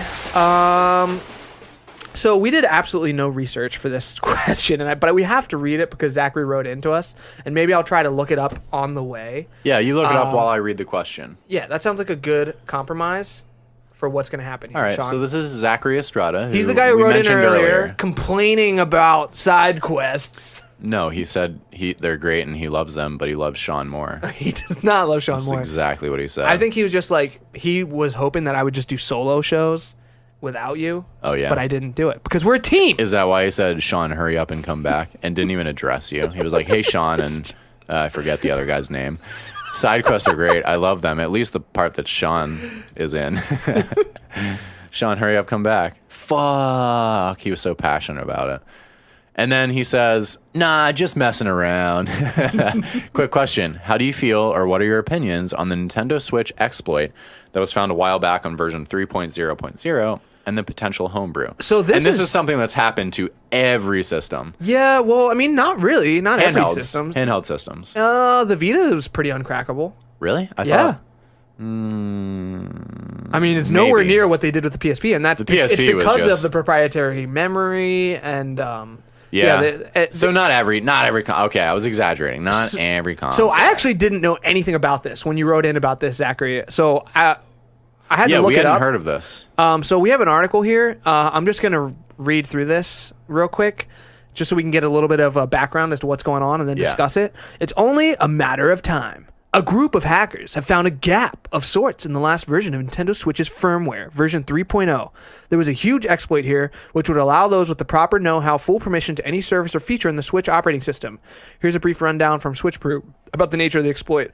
Prior to 3.0.1, the Service Manager built-in system module treats a user as though it has full permission as if the user creates a new SM port session but bypasses initialization. Oh my God, what's happening? This is due to the other SM commands skipping the service ACL check for PIDs, less than symbol, equal symbol, 7, i.e. all kernel bundled modules, and that skipping the initialization command leaves the PID field uninitialized. Sounds huge, right? PID field, Brad, would be player ID. Okay. So you can create a new player ID that has access to every service in the OS. So apparently these are people are saying for all the modders or hackers to not upgrade to version 3.0.1. So they found a big bug, but it looks like nothing's come out of it yet. Yeah, so it's just a matter of time before someone puts something together that's like semi-workable. And then the problem is if you've already upgraded, like most of us have, you won't be able to do this. Yeah, you can't go back. It also means that you can't play online ever again. Yeah, which is frustrating. That's such an important part. Like, it also means you can't access the Splatoon needs shop, to be online, right? You probably can't. So what are you doing? You're just sitting around with your Switch waiting to be able to hack it? Well, I guess that unless you don't want to play new games on your Switch. I think the hope would be, I'm sure people probably are going out and like buying Switches now because they have earlier versions of the firmware, and then you can probably download a certain firmware and like insert it that way. Yeah. But I think people are probably hoping that in the future they can just get any game they want for free once it's cracked and someone has a good homebrew platform and everything. Is that what they're going to do with it though? Because I just remember with the PSP, that thing was homebrewed like crazy and it was awesome. I remember did you set yours up to be able to do homebrew stuff with the Grand Theft Auto game? And then it was, and you could run emulators and do all that kind of stuff. Well, and it was in Wipeout too. They had like so many different exploits that they could do, and then eventually you didn't need anything. They fucked it was the just PSP so hard. Yeah. And that's what burned Sony so hard. That's why we got these proprietary memory cards that are so expensive on the Vita. So the other one that I'm thinking of is the DS. The original DS had carts that you could buy that you could just put an SD card in put any games you wanted on it, and you could go download the ROMs for free. I forgot about that. And so I did that one time. So they did do that. Here are my thoughts on this. It's cool. It's cool to be able to have everything at your fingertips, but don't underestimate how that fucks up your gaming experience. Yeah. Because I actually did this for DS, and I forget what it's called. It was like R2DS or something. Yeah, it had like R4 or something, right? And I got it, and I put all the DS games that I wanted on it, and that was like The World Ends With You, and Chrono Trigger, and some Mario RPG stuff. Yeah, you could put like hundreds of games on this. Yeah, I had seriously 100 games ready to play. And what happened was I would go in, and it's kind of like when you have a huge backlog and you kind of like ruin yourself. Yeah. I would go in and I would play a little bit of The World Ends With You, and I'm like, this is fucking awesome. I'm going to try something else. And I would try something else. And eventually it got to the point where I didn't even want to play anything. Yeah, because you're too overwhelmed. Because you have everything at your fingertips. I think it's something that it's like a larger problem of human nature where when you have everything, you just want something else. You don't appreciate anything. So I eventually got rid of that cart and just went back to buying the games that I wanted. And I also wanted to support developers. Like when I got it, it was more of an experiment. I just wanted to see what it was and see if I could play like Super Nintendo games and stuff. But yeah, don't underestimate how this messes with your experience. And also for me, once Nintendo puts out their virtual console, I will have everything I ever want on Switch. Like I don't want to play necessarily games from other systems on my Switch. I just want this to be my awesome Nintendo archive, basically. Exactly. And what you said about like don't underestimate how it ruins gaming experience for you is so spot on, because I actually in my as I'm aging now as a gamer, And like, in my career, it's like I'm at a better spot where it's like I can buy more games. I actively, every couple months, will go through my backlog of games and I just mentally shut them down. I literally go, I'm not going to go back to you. I'm not going to play you. I had a good time with you, but I'm not going to finish you. And I don't have to finish you. I hear this coming from his room. He's like, I don't have to finish you. And I'll go on my PS4 even and I'll delete games because, this is a big thing that I didn't talk about. It happened while you were gone. I deleted Persona 4 off my PS4. Without beating it? Or Persona 5. Persona 5. Yeah. Yeah, Persona without 5. beating it. Here's what happened. I'm on the second to last dungeon, I think. I played for like 2.5 hours straight in the dungeon. Ran up to an enemy that had an insta-kill move. Insta-killed Joker. And got a game over. Wow. Lost 2.5 hours of progress. I looked at my timer. I was 125 hours in. I was like, I can't. And then I looked up how much more do I have left. And it looked like I had like 20 to 30 hours left. Damn, dude, you're going so slow. And I was like, no. Yeah. I was like, I can't do this. This is stressing me out that I'm not done with this game. And the story to me, real quick, this is such an aside to the Switch homebrew thing. The conversational podcast, though. Yeah, of course.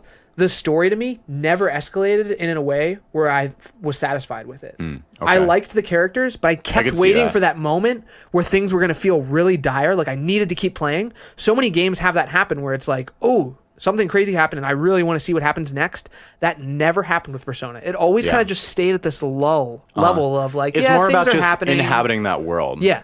And for me, 125 hours was overstaying its welcome in that world. So I deleted it. So I do this. I delete that. I delete things out of my mental backlog so I can just enjoy the new things fully. And yeah, you're totally right. If you can hack and get all these things on your Switch, you're not going to enjoy and appreciate the new things as they come out. Yeah. The only thing I would say out of like this whole hacking thing that I'm okay with is if like with emulators and ROMs or whatever, if stuff like that, like that's cool. The thing is, I wouldn't want to shut down being able to play new games because I don't have the latest firmware. Yeah. For emulators and ROMs, I hope that Nintendo does the Virtual Console right. They're taking a long fucking time to get it out. So if someone else puts a Virtual Console on the Switch before Nintendo does, it's kind of their own fault, in my opinion. But I guess from a larger like piracy perspective, I'm kind of up in the air. Like I know I'm not 100% against piracy. Like, oh, you pirate games and movies, so you're a bad person or whatever. Yeah. But I do think it's important to give back to the people who create these experiences. Exactly. If you're downloading this game illegally, but you really love it and it's like your favorite game, go buy it.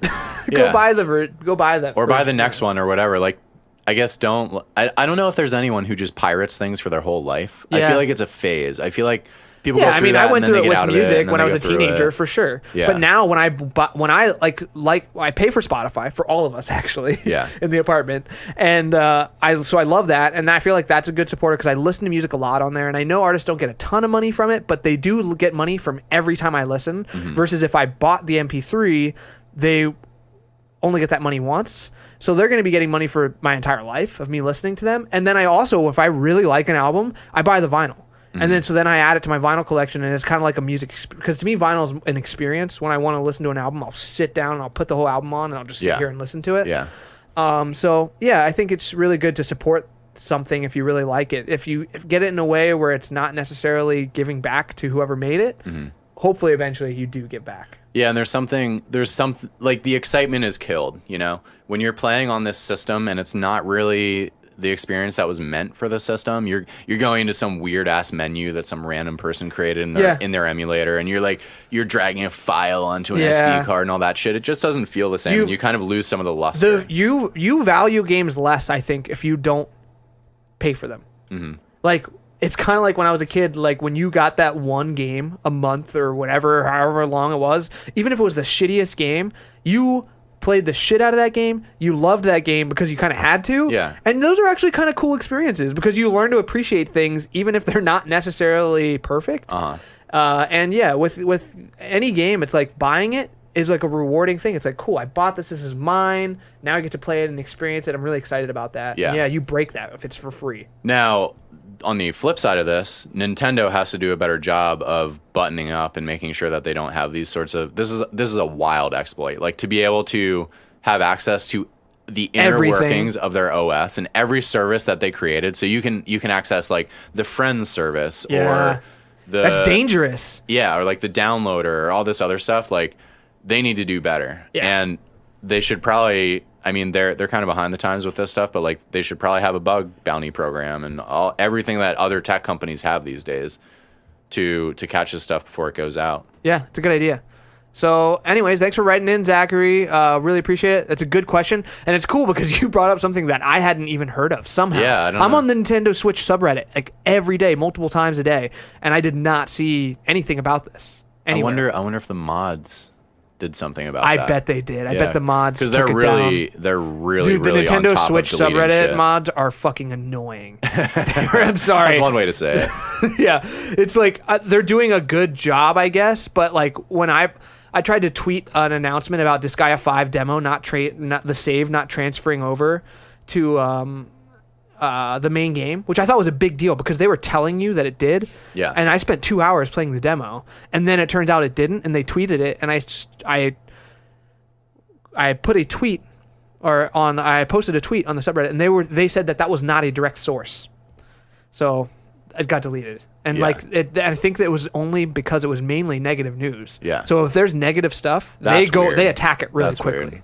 So, yeah. Anyways, after this, we should look and see if we can find any thread on this on the Switch subreddit. Yeah. So, last question for today. Hello, Brad and Sean. I was wondering if you guys can entertain an answer to the following question. If you had a Kickstarter campaign fully funded, what kind of game would you seek to make with it? Your friend, Phantom Forza, our boy. It's Phantom Force. We know that, but we're still gonna make fun of it. This one's tough. I didn't think about this one too much. And he said like he almost didn't want us to answer it after we went into our crazy game discussion on our last side quest episode. You know what mine would be though? I would create something like Her Story. This is actually something I was thinking about because I may do a web experience that's similar to that. Oh, but it's like tell me more. A game where.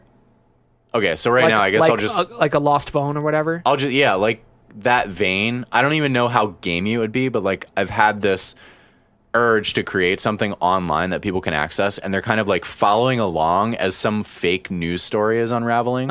So for me, I really love cyberpunk and I love writing cyberpunk. So it'd be a dystopian world where the political system is kind of breaking down, and you're kind of getting this like inside look because a hacker is leaking documents and shit. So you'd get like leaked documents, audio files from bugs in meetings. You'd get just like snippets of video and stuff like that from this network of devices that this guy has hacked, and he's kind of like hosting them all on this website that's getting more and more notoriety. And then eventually the government turns on him and comes after him because they see all this Let's shit say right out. Now we're copywriting. These ideas are copyrighted, by the way, right? Yeah. Like this is recording, so this is actually legal copyright.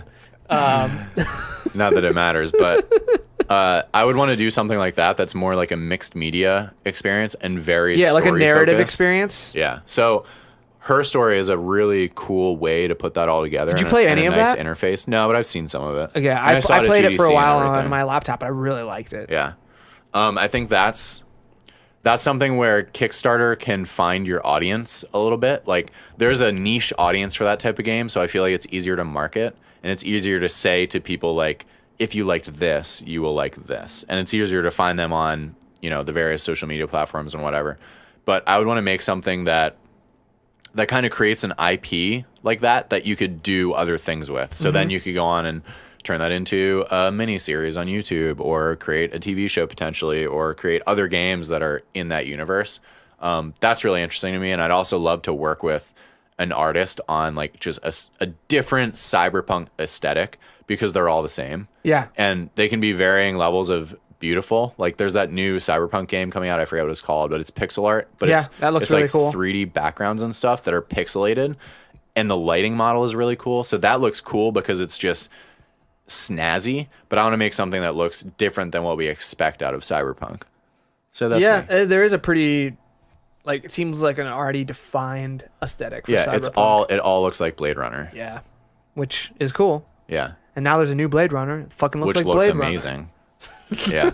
Goddamn Blade Runner 2. I have this game idea. I'm just gonna say it here. I've kind of kept it like mostly secretive or under wraps. What? You've been holding out on me? No, you know about this idea. I'm sure you had to have. I've talked about this so many times, mainly with Jared, because I keep telling him that we should make this fucking game. Yeah. I have this game idea. Now, it's the whole point of this game is to take like stereotypes and like racism and stuff like that and just kind of all the stuff you love. Exactly, all the stuff I love. Just take it, exaggerate it to a point where we can just be making fun of everything and and just, I don't know, like make it really comedic. Yeah. And hopefully not in a like insensitive way. Like the idea would be to like just make it so extreme that like everything's funny. Yeah. So my idea. Oh, I know what you're talking about. This game idea. I even have a title for it. Yeah. Which I love. The title will explain everything he's talking about. Manifest Destiny 2. It's a sequel to Manifest Destiny. When Americans thought that they had the fucking right to expand their country from coast to coast and exterminate everyone in their way. And just obliterate the fucking Native Americans on the way. You could have some great set pieces like the Trail of Tears. 2. Yeah. So the idea of this game is like modern day America. Now all of a sudden we're like, fuck, guys. We went east to west. We got to go north to south. Oh, baby. Manifest Destiny 2. So now America has to expand north and south. And so the game plays in a way, in a Advance Wars game. Yeah. So it's Advance Wars combined with Risk. So it's like you have to take over territories on the map. And defend them. And so you can play as whatever country. There's 3 countries to play as in this game. Mexico, America, Canada. Mm-hmm. So, and so you choose which one of those. If you're Canada or Mexico, you have to defend against America trying to invade into your country, and then decide whether you want to go reverse Manifest Destiny. Oh, bye. So the game is like just ridiculous stereotypes and shit. Like in my head, I have like the units are just like. Instead of like tanks, you get a bunch of Ford F-150s, they're just which are looking more and more like tanks. Yeah, exactly. Every year. So you get like that's a unit. It's like that's a vehicle unit, Ford F-150s, and then you get like units. Like I've mostly only thought of the American ones because that's all I know. Yeah, but I'm sure some people could help me out with Canadian stuff and Mexican stuff because like I just think of like tacos and stuff like taco that. tanks, just shooting burritos. No, not even a taco tank. Like literally just. It's tacos. Like this game is so ridiculous. Like it's just like tacos are a unit. Like and like they just go up and maybe they're really spicy and they explode or something. Yeah. I don't know. Like and so then America has units like the bald eagle. There's like a flying unit and like and you know how in Advance Wars like you have like the cool animations of whatever attacking something else and like kind of like Fire Emblem does this too. In my head, I just picture like you just see a mountain in the distance and it zooms in real quick and it's like a bald eagle and then it's like and then it like jumps down and swoops whatever it's attacking and then lands back up on the mountain. Your eyes out. And then you get like cool hero units like you get George Washington and you get Abraham Lincoln stuff like this. Yeah, that like, could be cool. I just think it would be so much fun to bring all of like these different like cultural icons and just really exaggerate all of like the like American things, Canadian things, Mexican things, and just have them fight each other for fun, and not in a way that's like just I don't know.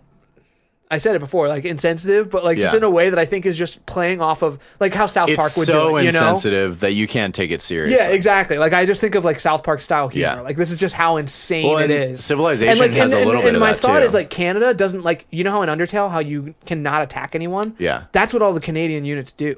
Somehow they don't attack. Yeah. And they always like are apologizing and shit. Oops, and, like, sorry. Yeah. Like or maybe they do attack and then they apologize afterwards. Yeah. Like I just think that game would be so much fun to make. Yeah. That'd be cool. An absolute blast. And we got the Chucklefish guys making Wargroove, kind of stepping on my toes a little bit because I've been wanting to make this game for. Is that the Advanced Wars 8 years like game? Yeah. Okay. Yeah. When's that coming out, by the way? No release date. Okay. Don't know. Anyways, we didn't go quick like we wanted to. This might be the longest episode yet. Yeah, it's not. Besides our guest appearances. Yeah, besides the guest appearances. Yeah. But hey, we're getting back into it. We're warming up. Yeah, we'll get there. We'll get there. Shit, we're never gonna get there. Anyways, just want to say, guys, thanks for joining us. Thanks for listening this week. It's good to have Sean back. Good to see you, buddy. Hey, man. If you have any feedback, any questions, anything you want us to read out on the air, write into gamestuffpodcast@gmail.com. Tweet at us at gamestuffpod. You can follow Sean _Crick, Krick. Yeah, if you love Twitter, to not get updates or tweets or anything, you can follow me at Big B Snyder. I do talk to people on Twitter, so you know. I mean, I'll talk to people, but I don't Well, like, you tweet know. very often. Yeah, and you can follow us on iTunes. If you subscribe, that would be really cool. If you review us, it would be even freaking cooler. That would be so cool. We're on YouTube now. So we put our videos up on YouTube. YouTube usually a day or two later after it goes up on iTunes. Someone should do a React video based on one of our videos. Yeah, that'd be so interesting. Yeah. We should do a react to our own video. No, that's just I love it. We're so doing self-serving. it. All right, everybody. Been a fun week. Yeah. Happy gaming. Happy holidays. See you next week. We'll see you next week.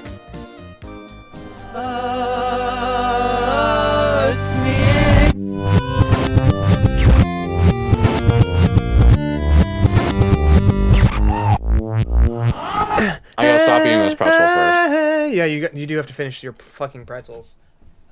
Pretzels. Making me thirsty!